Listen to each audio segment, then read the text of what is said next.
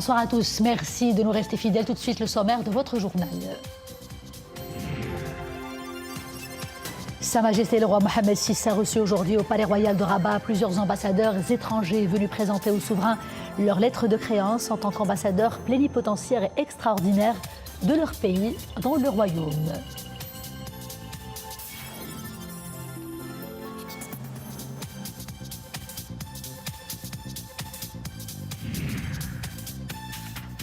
« 25 jours après le séisme dévastateur d'El Haouz, bien que directement impacté, le secteur agricole s'en sort plutôt bien. Nous le verrons à Asni, où plusieurs variétés de fruits sont récoltées en ce moment, principalement les pommiers.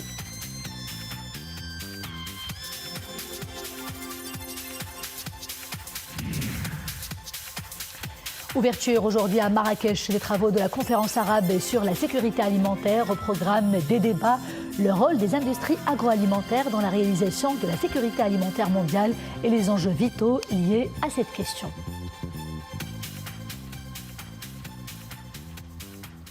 Bonsoir, je vous disais en titre, Sa Majesté le roi Mohamed VI a reçu aujourd'hui au Palais Royal de Rabat plusieurs ambassadeurs étrangers venus présenter au souverain leur lettre de créance en tant qu'ambassadeurs plénipotentiaires, c'est cela, et extraordinaires de leur pays, dont le royaume. Ces ambassadeurs représentent le monde arabe, l'Afrique, l'Amérique latine, l'Asie et l'Europe. Les développements tout de suite en compagnie d'Iman Hablou.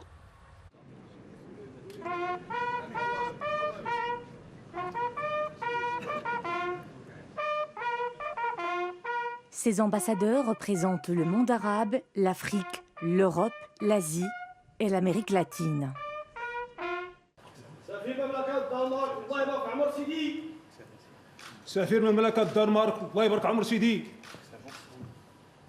Il s'agit de M. Jesper Kamesgaard, ambassadeur du Royaume de Danemark.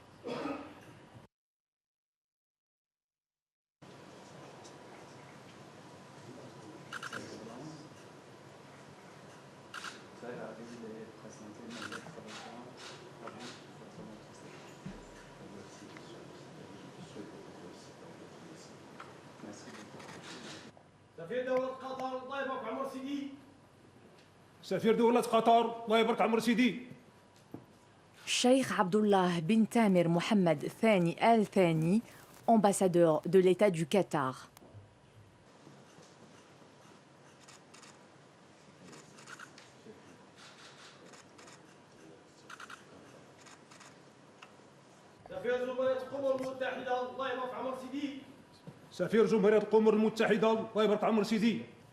Monsieur Mohamed Ilyasa Yahya, ambassadeur de l'Union des Comores.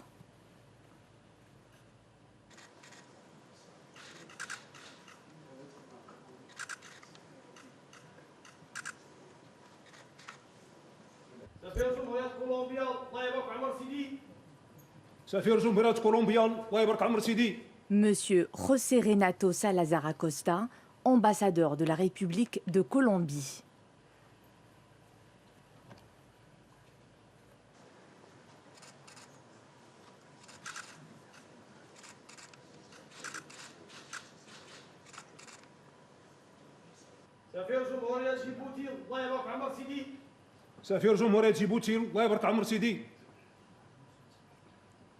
Monsieur Mohamed Dour Ersi, ambassadeur de la République de Djibouti.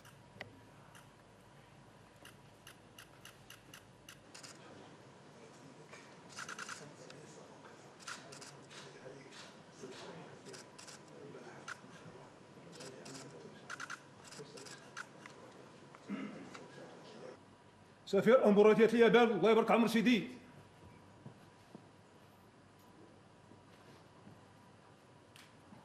Monsieur Hideaki Kuramitsu, ambassadeur de l'Empire du Japon.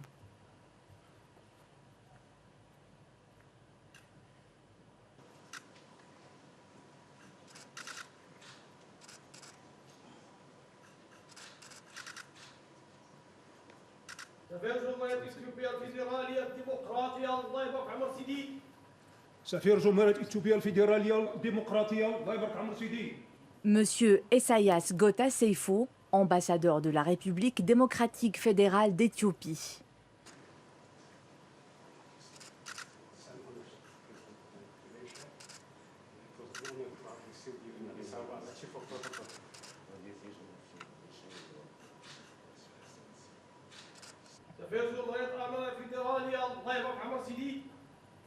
سفير جمهورية ألمانيا الفيدرالية الله يبارك عمر سيدي.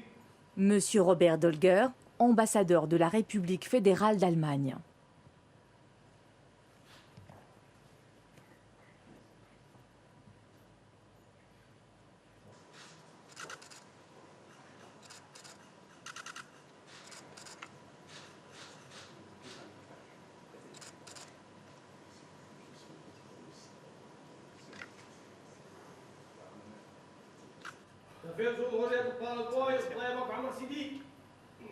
سفير جمهورية الباراغواي الله يبارك عمر سيدي.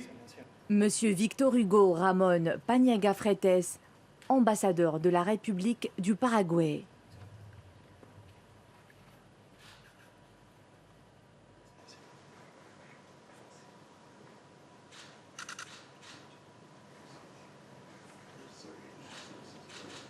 سفير جمهورية الصومال الفيدرالية الله يبارك عمر سيدي. سفير جمهورية الصومال الفيدرالية الله يبارك عمر سيدي.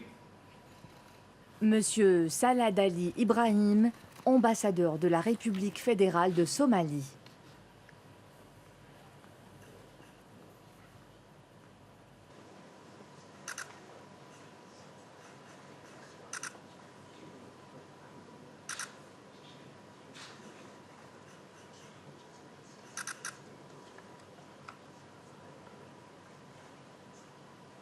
سفيرة جمهورية السودان الله يبارك عمر سيدي. سفيرة جمهورية السودان الله يبارك عمر سيدي. Madame Mouda Omar Haj Atoum Al-Badawi, ambassadeur de la République du Soudan.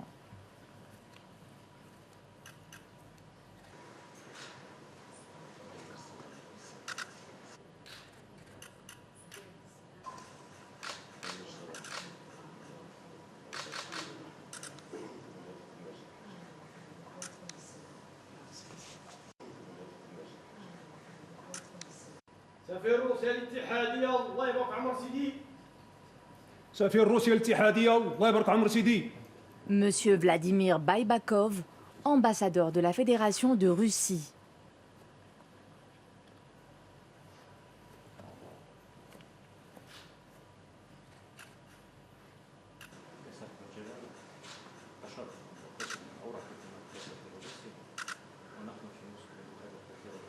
سفير جمهورية بنما الله يبارك عمر سيدي.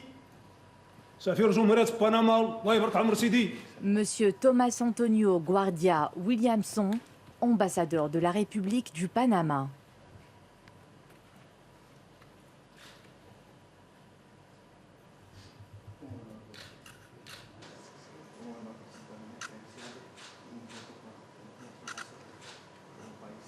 سفير جمهورية غينيا الله يبارك عمر سيدي. سفير جمهورية غينيا الله يبارك عمر سيدي. Monsieur Namouri Traoré, ambassadeur de la République de Guinée.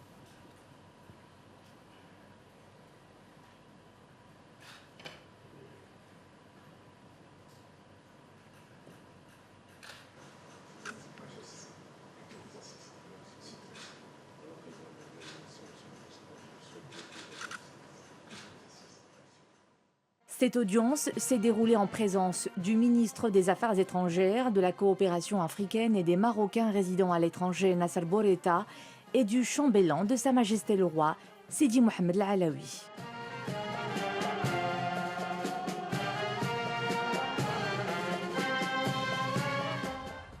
Le chef du gouvernement, Aziz Akhnouch, a présidé aujourd'hui la 5e réunion de la commission interministérielle chargée du déploiement d'un programme d'urgence de réhabilitation et d'aide à la reconstruction des logements détruits au niveau des zones sinistrées après le tremblement de terre du 8 septembre.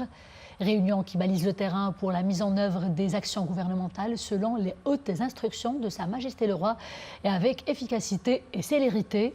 Ce programme d'urgence se concrétisera avec un cahier des charges bien précis et en harmonie surtout avec les caractéristiques architecturales et patrimoniales de la région et avec l'écoute permanente des populations locales. Les priorités du moment ont été fixées.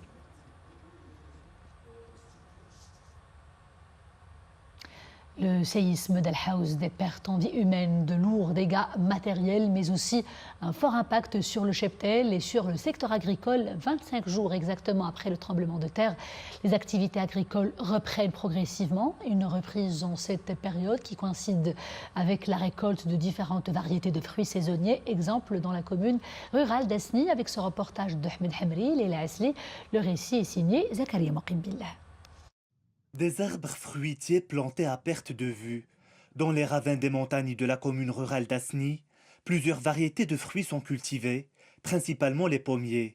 En cette période, les agriculteurs s'activent à récolter le fruit, une activité qu'ils ont dû retarder après le terrible séisme qui a touché la région. Les travailleurs agricoles reprennent aussi du service. Nous avons interrompu notre activité une semaine après le séisme. Aujourd'hui, les choses rentrent dans l'ordre.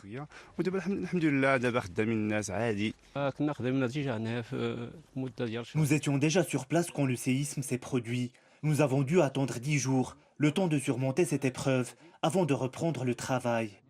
De larges superficies sont plantées de coings, de prunes et de pommes. Très consommées, les pommes font la réputation de la région. Les agriculteurs espèrent que la récolte servira à améliorer le revenu et à compenser des pertes subies après la catastrophe. Ils sont aidés par la vente de leurs produits sur place. La semaine qui a suivi le séisme a été difficile, car nous n'avions pas de travailleurs pour nous aider. Heureusement, cette semaine, nous avons des travailleurs, mais nous avons beaucoup de retard par rapport à l'année dernière. Alors que nous vendions 2000 caisses en 10 jours, cette année, il nous a fallu 20 à 25 jours. Forte de ses potentialités agricoles, les zones montagneuses de la province d'El Haouz présentent d'importantes possibilités de développement. Les professionnels espèrent exploiter tout ce potentiel afin d'en faire des régions des plus productrices en arboriculture au niveau national. Et focus à présent sur les travaux de la conférence arabe sur la sécurité alimentaire qui ont débuté aujourd'hui à Marrakech avec la participation d'un parterre de chercheurs et d'experts de différents pays du monde arabe. L'événement est axé sur le rôle des industries agroalimentaires dans la réalisation de la sécurité alimentaire mondiale. Il aborde également, sous des angles différents, les enjeux vitaux liés à cette même question. Mohtassim Billah al-Bouazaoui, Amina Allam et retour à Zakaria Maqimbillah pour le commentaire. Dans le contexte des changements climatiques et des crises géopolitiques internationales, garantir la sécurité alimentaire est un enjeu crucial. Conscients de ce défi auquel sont confrontés les États, chercheurs et experts issus de différents pays arabes tentent de trouver des solutions. Ils appellent à une plus grande intégration économique et à favoriser les investissements entre les pays arabes. Nous devons favoriser l'entrepreneuriat dans les secteurs agricoles et agroalimentaires. Cela profite à plusieurs parties. C'est un problème à la fois social, économique et industriel nécessitant une main-d'œuvre qualifiée. La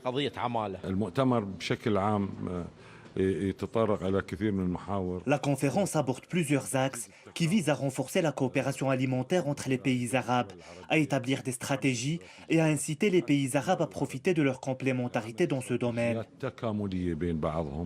L'expérience marocaine dans le développement des industries agroalimentaires et la réalisation de la sécurité alimentaire est valorisée. Une expérience poursuivie à travers des programmes ambitieux tels que le plan Maroc Vert et Génération Green.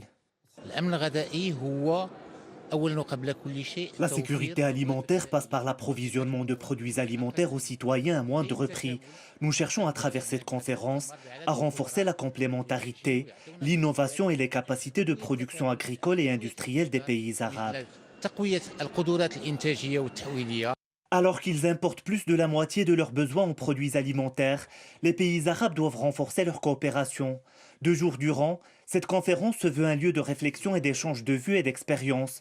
Le but étant de trouver des solutions pratiques et durables aux défis auxquels l'ensemble des pays sont confrontés. Et à présent, le point sur les principaux indicateurs économiques du Haut Commissariat au Plan au 2e trimestre de cette année 2023. La croissance économique nationale s'est améliorée de 2,3% puisque les activités non agricoles ont augmenté en volume de 2,1% et celles du secteur agricole de 6,3%. L'épargne nationale s'est située à 29,5 du PIB, compte tenu de l'augmentation de 6,8% de la consommation finale nationale en valeur. Et la demande intérieure a affiché une baisse de 0,2% au deuxième trimestre de cette année 2023, au lieu d'une baisse d'1,6% de la même période comparativement à l'année dernière. Et ouvrons à présent la page monde de ce journal avec tout d'abord l'actualité politique en Espagne. Le roi Felipe VI a officiellement commencé aujourd'hui la réception des représentants des partis politiques après l'échec de l'investiture du chef de la droite Alberto Núñez Feijóo. Il recevra au total 7 formations politiques selon leur poids au Parlement en fait, et cela pour une série de consultations politiques afin de sortir de l'impasse dans les plus brefs délais et de réussir la formation d'un nouveau gouvernement. Le prix Nobel de médecine est décerné à la chercheuse hongroise Katalin Karikó et à son collègue américain Drew Weissman pour leurs travaux dans les développements de vaccins à ARN, c'est cela, messager. Les 2 scientifiques cités parmi les grands favoris ont été distingués après leur découverte concernant les modifications de base nucléique.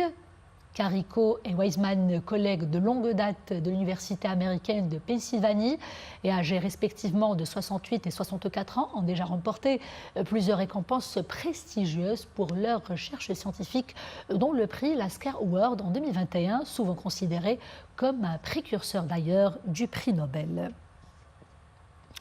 L'actualité internationale, c'est aussi cette réunion des ministres des Affaires étrangères de l'Union européenne qui sont rassemblés aujourd'hui à Kiev pour une réunion historique visant à exprimer leur solidarité avec ce pays qui ambitionne d'intégrer l'Union européenne. L'Ukraine ambitionne en effet depuis plusieurs années déjà d'intégrer l'UE et il s'est vu accorder cet été le statut de candidat à l'adhésion. Un geste qui reste hautement symbolique sur fond de crise, même si aucun calendrier n'ait été avancé dans ce sens. Et toujours en Europe, le consistoire central israélite et la communauté israélite de Belgique ont organisé une cérémonie religieuse de solidarité avec les victimes du séisme d'Al-Haouz. La cérémonie d'hommage s'est déroulée dans la grande synagogue de la capitale belge, dans une ambiance solennelle, empreinte de piété et de recueillement. Des prières ont été élevées à la mémoire des victimes. Les moments forts tout de suite en compagnie de Dominique Orlando. Accéder pour la toute première fois en la grande synagogue de Bruxelles, ce qui fête à ce jour ses 145 années d'existence, est déjà en soi toute une émotion. Et que dire lorsque ce soir-là, l'ensemble des fidèles ici présents se sont tous réunis pour communier et témoigner de leur attachement pour le royaume du Maroc et pour l'ensemble du peuple marocain. La communauté juive a toujours entretenu des relations particulièrement positives avec le peuple marocain, sous la haute bienveillance de la famille royale du Maroc. Il est de mon devoir de le souligner clairement.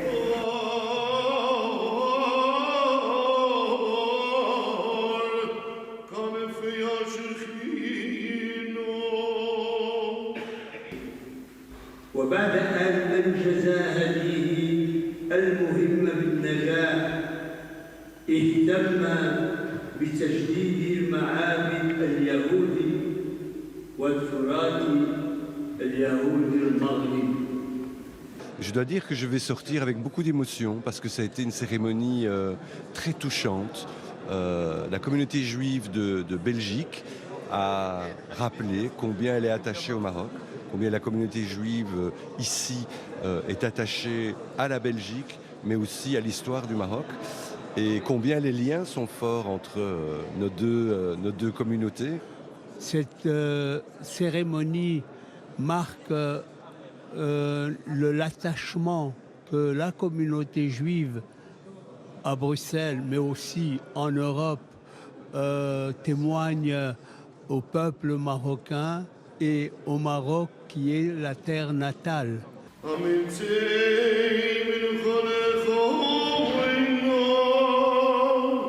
Et la communauté juive marocaine qui se distingue effectivement par son attachement indéfectible à la terre du Maroc, C'est dire la portée de toutes ces prières, élevées pourtant ce soir-là à plus de 2500 km du royaume. Ô Seigneur, bénis et protège Sa Majesté le roi du Maroc, Mohamed VI, et son auguste famille. Franchement, c'est très émouvant ce que nous avons vécu aujourd'hui, et je profite de l'occasion pour saluer justement le courage du peuple marocain et la solidarité qu'il a montrée. C'est un message qui a été envoyé au monde entier, donc tout le monde a été vraiment surpris, étonné de cette solidarité et de ce courage. Je souhaite au peuple marocain d'avoir tout le courage nécessaire, et je sais qu'il a du courage, pour s'atteler à la reconstruction. Parce que c'est fondamental, il y a énormément de morts, énormément de blessés, énormément de destruction matérielle. Mais le peuple marocain est un peuple fier, et je suis sûr que vous réaliserez cela de manière extraordinaire dans un avenir proche.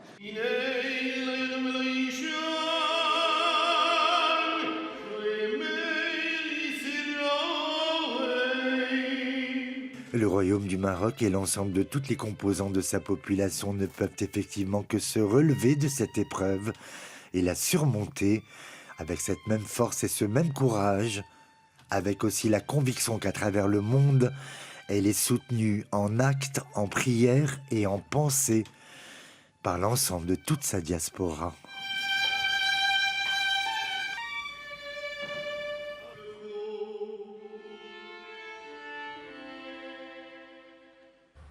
Et c'est la fin de ce journal. Merci d'avoir été des nôtres. Je vous dis à demain, toujours avec grand plaisir. D'ici là, portez-vous bien.